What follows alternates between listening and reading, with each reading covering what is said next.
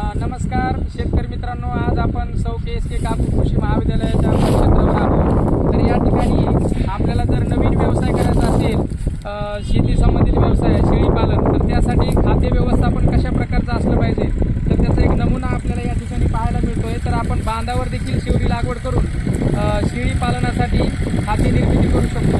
तर त्यासाठी बघा, बांधावर आपण 1 बाय 1 मीटरवरती छोटे छोटे खड्डे घ्यायचे उन्हाळ्यामध्ये आणि जून जुलैमध्ये किंवा ऑगस्ट महिन्यापर्यंत 2-3 बिया त्या खड्ड्यामध्ये टाकायच्या। बांधावर शेळी लागवड झालेली आपले उन्हाळ्यामध्येच या ठिकाणी बिया लावल्या होत्या आणि जवळपास आता हे 1-2 मीटरचं झाड आहे। तर याला ज्यावेळेस हे वाढेल, एक जवळजवळ 1-1.5 महिन्यामध्ये तयार होतं। तर याला 3 ते 4 फुट जमिनीपासून वरती असं कट करायचं। त्यानंतर साईडला भरपूर शाखा फुटतील आणि जास्तीत जास्त शेळीसाठी हा चारा तयार होईल आपल्या या बांधावरती।